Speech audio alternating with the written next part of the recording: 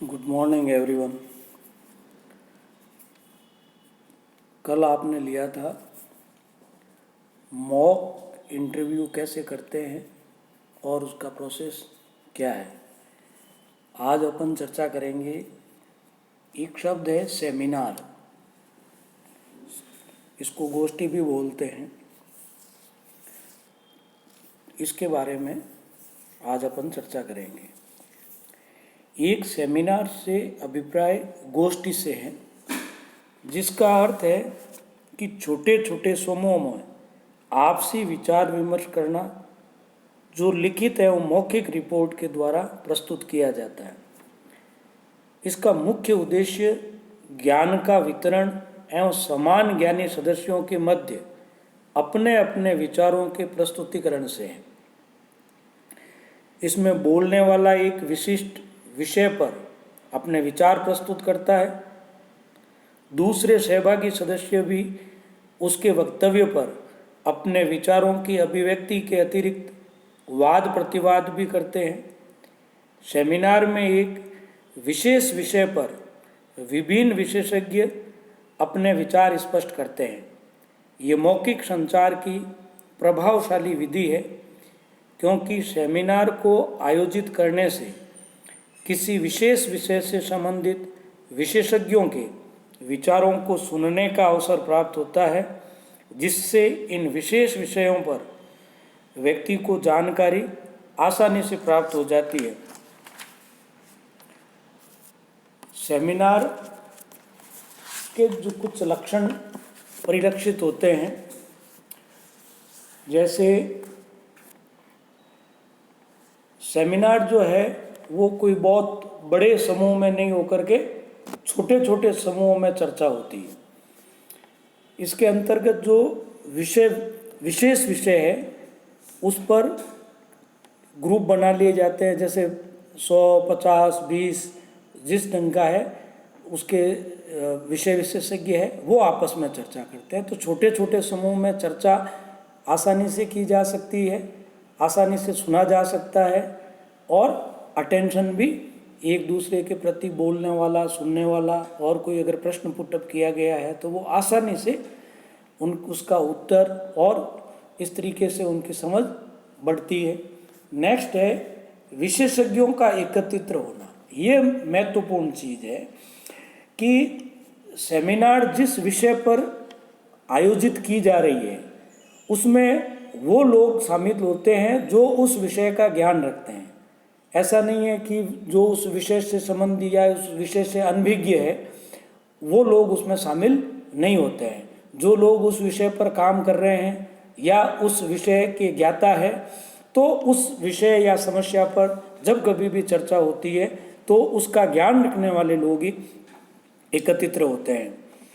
Next है विचारों एवं सुझावों का पता चलना। अब जब चर्चा होती है, सेमिनार में विभिन्न विशेषज्ञों द्वारा अपने अपने तर्क प्रस्तुत किए जाते हैं, जिससे सेमिनार में उपस्थित अन्य सदस्यों को उनके विचारों का पता चलता है, जिसके आधार पर सेमिनार में सदस्यों को किसी विशेष विषय पर कई तरह के सुझाव भी प्राप्त होते हैं, क्योंकि सब अपने अपने विषय का ज्ञान रखते हैं, तो उससे वो और ज़्यादा अच्छा हो जाता है। नेक्स्ट है इसमें मौखिक। सेमिनार के अंतर्गत चर्चा हमेशा मौखिक होती है, जिससे सेमिनार के सदस्यों को चर्चा को सुनने के पश्चात विभिन्न विशेषज्ञों के अनुभव प्राप्त होते हैं। अनुभव जनरली इसमें शोध पत्र भी प्रस्तुत, सेमिनार जो होती है उसमें जब चर्चा की जाती है तो जनरली व्यक्ति बोलता है और बोल करके अपने विचार व्यक्त करता है। उसमें अगर कोई व्यक्ति प्रति उत्तर या प्रश्न करता है तो उसका उत्तर भी उस समय उसको मिल जाता है। इसमें चर्चा का एक विषय होता है।